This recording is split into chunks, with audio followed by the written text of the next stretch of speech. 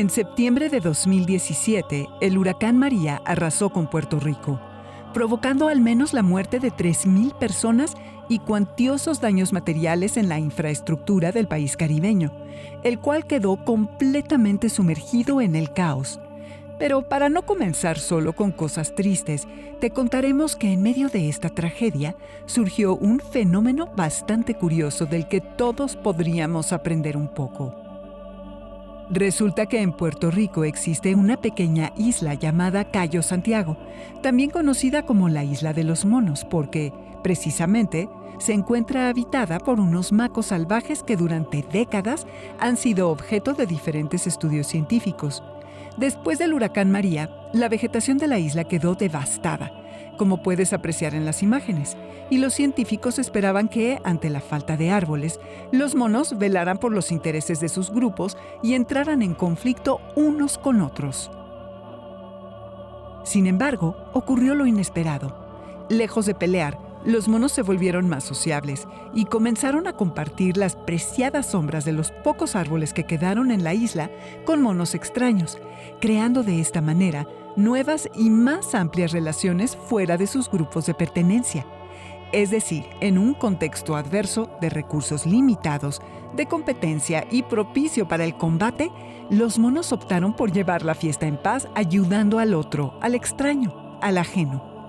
¿Crees que las y los humanos haríamos lo mismo? Sin duda, los desastres que ocasionan algunos fenómenos naturales generan inestabilidad para las y los seres que habitamos esta tierra. Las regiones en las que vivimos, las y los mexicanos se caracterizan por recibir todos los años constantes embates como sismos, cruentas, sequías.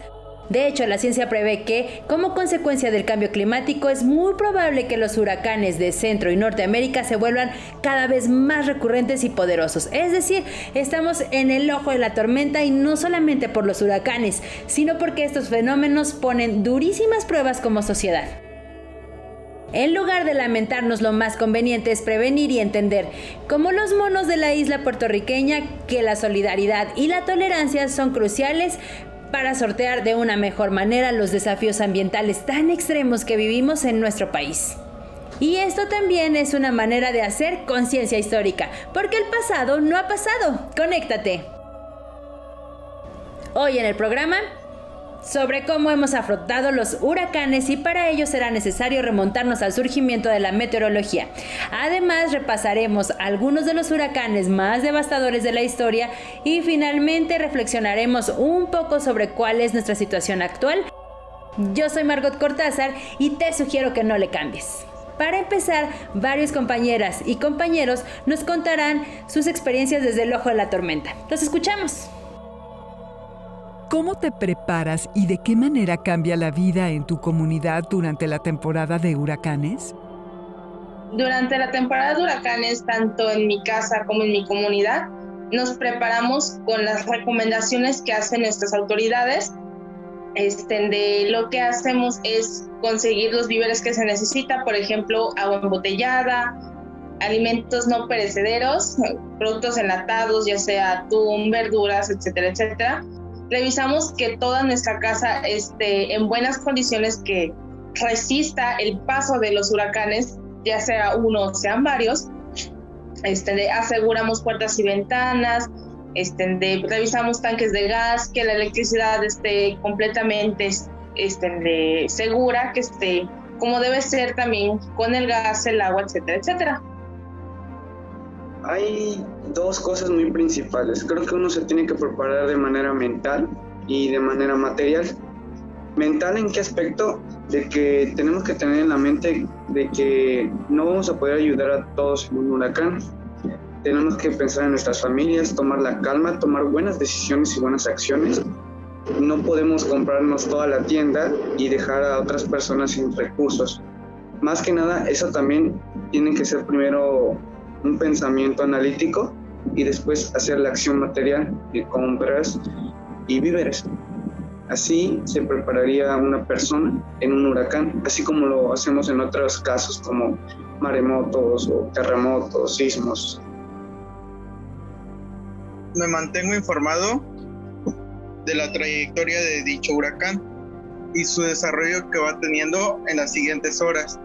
En mi comunidad, por ejemplo, somos muy unidos y aquí nos gusta apoyarnos entre nosotros. Un claro ejemplo fue cuando pasó el huracán Delta. Entre todos los vecinos nos ayudamos para poder sobrellevar dicha fenómeno natural que, como bien sabemos, ninguno de nosotros podemos controlar. ¿Es importante la unión social durante un huracán? ¿Cómo has vivido esa unión? De verdad, sí es sumamente importante, más que nada en caso de que alguno de nuestros vecinos o de aquí de nuestra comunidad necesita ayuda en caso de que tenga algún problema, ya sea estructural, le haga falta algo, necesite el apoyo, pues claramente, como es nuestra comunidad mexicana, nos unimos para apoyarnos los unos a los otros, como debe ser. Sí es muy importante. Cabe recalcar que no en todas las comunidades pasa esto. Suelen ser que cada familia se toma por sí sola y deja al lado a otros, lo que parece incorrecto, ya que hay personas que no tienen los mismos recursos como nosotros, tener un buen cimiento de casa o una buena vivienda. Tenemos que ser solidarios, unirnos entre nosotros para que otras personas puedan salir adelante con sus vidas, ayudarnos entre nosotros. Eso es lo que nos caracteriza a nosotros como personas. Eso nos hace ser personas. Aquí entre los vecinos nuestra unión social es muy fuerte, ya que aquí, como lo pasamos, entre muchos vecinos a muchos se les reventaron lo que fueron cristales, se les salieron volando tinacos, les cayeron árboles a sus casas, y pues entre todos los vecinos, incluyéndome, salimos a limpiar lo que son las calles y ayudar a las casas que se les rompieron los cristales, a recoger los árboles que cayeron dentro de las casas. ¿Cuándo fue la última vez que te sentiste triste? Quizá te cueste un poco de trabajo responder a esta pregunta. Tal vez ya te diste cuenta que desde hace algunos años hay una tendencia en nuestra sociedad a experimentar un miedo generalizado al sufrimiento.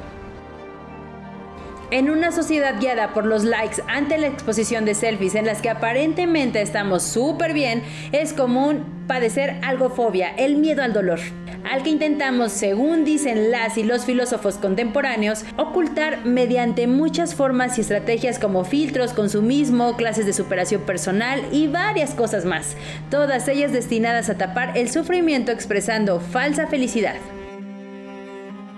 Ante esta situación podríamos preguntarnos, ¿por qué le tenemos tanto miedo al sufrimiento? Cada quien experimenta el dolor de diferentes maneras. Sin embargo, las y los psicólogos dicen que existen 3 grandes e inagotables fuentes de infelicidad para la humanidad. Aceptar que nuestro cuerpo tiene limitantes y es finito. La incapacidad para regular adecuadamente nuestras relaciones sociales. Finalmente, no poder controlar la indómita fuerza de la naturaleza.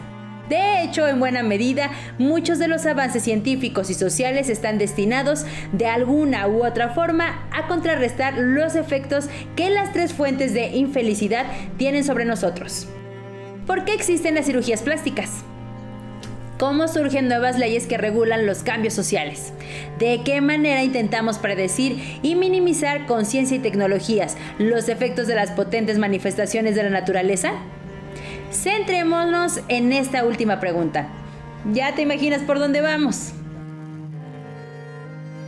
Básicamente, la meteorología como disciplina científica surgió para estudiar las condiciones atmosféricas. Sus hallazgos nos pueden servir para predecir posibles catástrofes y así evitarnos sufrimientos, pero sobre todo ayudarnos a sobrevivir y a vivir con prevención ante los sucesos climáticos. Veamos el siguiente recorrido meteorológico. La necesidad de predecir el tiempo es tan antigua como la humanidad misma. Mirando al cielo, nuestros antepasados comenzaron a desarrollar una serie de primitivas reglas de predicción que les permitieron la supervivencia en un mundo que a sus ojos era hostil. ¿Te imaginas las temperaturas extremas que se vivían en la Tierra? En los albores de nuestra especie, descubrimos que los cambios en el aspecto del cielo suelen traducirse en variaciones climáticas. De esta forma, obtuvimos información vital para la sobrevivencia analizando las tonalidades del cielo, el tipo y las formas de las nubes y, más adelante, el lugar de procedencia del viento. En el periodo neolítico, la humanidad experimentó un cambio radical que transformó por completo nuestra vida. Gracias al desarrollo de la agricultura, dejamos de ser nómadas y nos establecimos en comunidades. Esta transformación hizo que la predicción del tiempo a largo plazo se convirtiera en una necesidad básica. Para las y los humanos del Neolítico era indispensable conocer con antelación los cambios meteorológicos, es decir, saber cuándo llegarían las temporadas de lluvias, las heladas y, sobre todo, las temibles granizadas que podrían destruir las cosechas. Es así como empezaron a formularse una serie de creencias acerca del tiempo y el clima que se fueron transmitiendo de generación en generación. Incluso algunas de ellas persisten hasta nuestros días. Por ejemplo, las llamadas suertes, creencia que dice que los primeros 12 días del año representan el clima que se tendrá durante los 12 meses del año recién iniciado. ¿Has escuchado sobre esta tradición? La cuestión es que durante muchos siglos la predicción del tiempo se dio de manera empírica, es decir, con la simple observación, y estuvo muy asociada a factores religiosos, pues si los cambios meteorológicos se entendían mirando el cielo y, de acuerdo con creencias, el cielo era considerado el espacio donde habitan las deidades, lo más común era pensar que las granizadas o las sequías se producían por designio divino. Fueron los griegos quienes comenzaron a desarrollar una especie de ciencia para predecir el tiempo a la que llamaron meteorología, el estudio del cielo. Aunque en realidad los avances más importantes para predecir el tiempo de manera científica comenzaron a gestarse entre los siglos XVI y XVII, con los inventos de Galileo para medir la temperatura, el barómetro de Torricelli y las ideas de Pascal y Descartes sobre la presión atmosférica. ¿Recuerdas tus clases de física? Tal vez para nosotros en estos momentos nos resulta muy evidente comprender que los cambios meteorológicos no responden a castigos o premios divinos. Pero hubo un tiempo en que pasar de un paradigma mitológico a uno científico fue toda una revolución cultural. De hecho, durante la etapa reconocida como el Renacimiento, se dieron muchos grandes cambios en el terreno de las artes y las ciencias para entrar a la Edad Moderna. Sin embargo, la predicción del tiempo seguía siendo una de las asignaturas pendientes para la humanidad, a tal grado que los fenómenos extremos como los huracanes tomaban a la gente desprevenida. Como ejemplo te contaremos la historia del llamado Gran Huracán, uno de los más mortíferos de la historia y el más antiguo del que tenemos datos. Transcurría el año de 1780 y el ambiente político y social en América era convulso. En Estados Unidos se libraba la Guerra de Independencia de las 13 colonias, mientras que en las aguas del Caribe el Imperio Español, aliado al francés, se enfrentaba contra el británico, pues los españoles veían en la independencia de los estadounidenses una oportunidad para debilitar a sus viejos enemigos británicos. Según las crónicas de la época y después de varios días con buen clima, la mañana del 10 de octubre en la isla de Barbados, el cielo comenzó a tornarse rojo y furioso. Por la tarde, el viento desprendió árboles de la tierra y ya por la noche comenzó a caer una violenta lluvia que arrasó con todo a su paso. El huracán San Calixto, conocido como el Gran Huracán, tocaba tierra. ¿Te sorprende la velocidad de los coches de la Fórmula 1? Pues los vientos del Gran Huracán alcanzaron velocidades de 300 kilómetros por hora, casi la velocidad máxima que pueden lograr estos vehículos. En su paso por Barbados, Santa Lucía, San Eustaquio y Martinica, entre los días 10 y 16 de octubre de 1780, este huracán dejó aproximadamente unos 22,000 muertos. Muchos de ellos fueron tripulantes de los barcos franceses, españoles y británicos que se encontraban en guerra. Los soldados murieron ahogados porque en aquel entonces no había forma de predecir el tiempo con antelación. La devastación fue tal que algún observador británico encargado de evaluar la tragedia para su imperio pensó cuando llegó a la zona de desastre que las lluvias habían estado acompañadas por un terremoto. Fíjate qué curioso.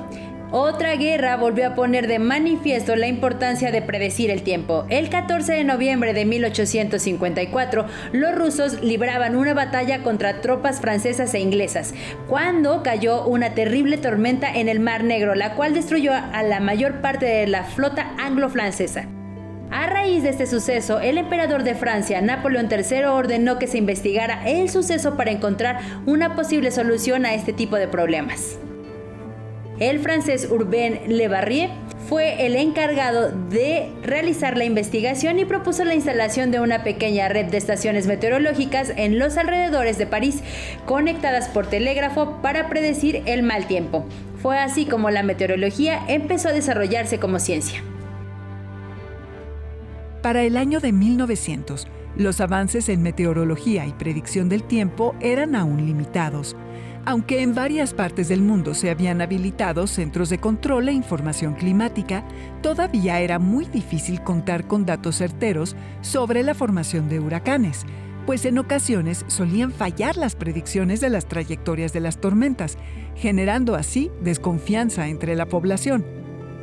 Aunado a esto, la telegrafía sin hilos estaba en una etapa embrionaria, por lo que no se podía comunicar sucesos con eficacia, de tal manera que no había otra forma de predecir huracanes más que mirando el mar. Era necesario, por lo tanto, esperar los informes de los barcos. En este contexto, la población de la próspera y portuaria ciudad de Galveston en Estados Unidos pasó por alto muchos de los informes que alertaban sobre una tormenta que adquiría fuerza en el Golfo de México y en lugar de evacuar, siguieron con sus vidas. Hasta que el 8 de septiembre de 1900, el huracán Galveston tocó tierra con ráfagas de vientos que superaron los 215 kilómetros por hora y con olas de más de 4 metros de altura. El resultado fue la tragedia natural más grande en la historia de los Estados Unidos. Se calcula que entre 6,000 y 12,000 personas murieron y la ciudad de Galveston perdió su privilegiado lugar como un importante puerto y centro comercial de América. ¿Qué hubiera pasado si en aquella época hubieran contado con los recursos meteorológicos que actualmente tenemos? Seguramente ya estás muy acostumbrado a ver las predicciones del tiempo hacia el final del noticiario, casi siempre dadas por una atractiva mujer. ¿Cómo cambiar este tipo de prácticas? O quizás desde tu teléfono consultas si va a llover o si hará calor. Todo parece tan sencillo, pero no lo es. De hecho, las predicciones del tiempo y la evolución de la moderna meteorología se dieron a partir de los 1950. Después de muchas catástrofes como las que acabamos de relatar y sobre todo tras la invención de la computadora. Mediante la gigantesca computadora ENIAC, los meteorólogos finalmente pudieron hacer cálculos que de otra manera simplemente no habrían podido. A partir de las computadoras y de los satélites es que actualmente la ciencia meteorológica cuenta con una serie de procedimientos que facilitan predecir el tiempo y hasta cierto punto permiten controlar y disminuir los terribles efectos del poder de la naturaleza. Estos avances nos han beneficiado enormemente la vida. Buena parte del continente americano enfrenta desafíos relacionados con las catástrofes naturales. Vivimos en el ojo de la tormenta. Para bien y para mal, nuestro país es como un enorme laboratorio en el que se ven los efectos del cambio climático. En un futuro, ¿serán más constantes los huracanes? ¿Existirán fenómenos más devastadores que el gran huracán de 1780 y que el de Galveston? Sea cual sea la respuesta, hay que decir que hoy en día contamos con muchos desarrollos tecnológicos en el campo de la meteorología que nos pueden ayudar a enfrentar los retos que nos presenta el poder magnánimo de la naturaleza. El conocimiento científico nos permite prepararnos y prevenir, y ello minimizará la infelicidad que las catástrofes pueden acarrear a los grupos humanos. De manera individual, lo que podemos hacer es reducir nuestra infelicidad buscando la forma de establecer mejores relaciones humanas, muy importantes al momento de afrontar catástrofes. Ojalá que hayamos aprendido mucho de los monos de la isla de Puerto Rico, ¿no crees? Yo soy Margot Cortázar y te invito a que estemos en contacto a través de nuestras redes sociales que tienes en pantalla. ¡Hasta la próxima!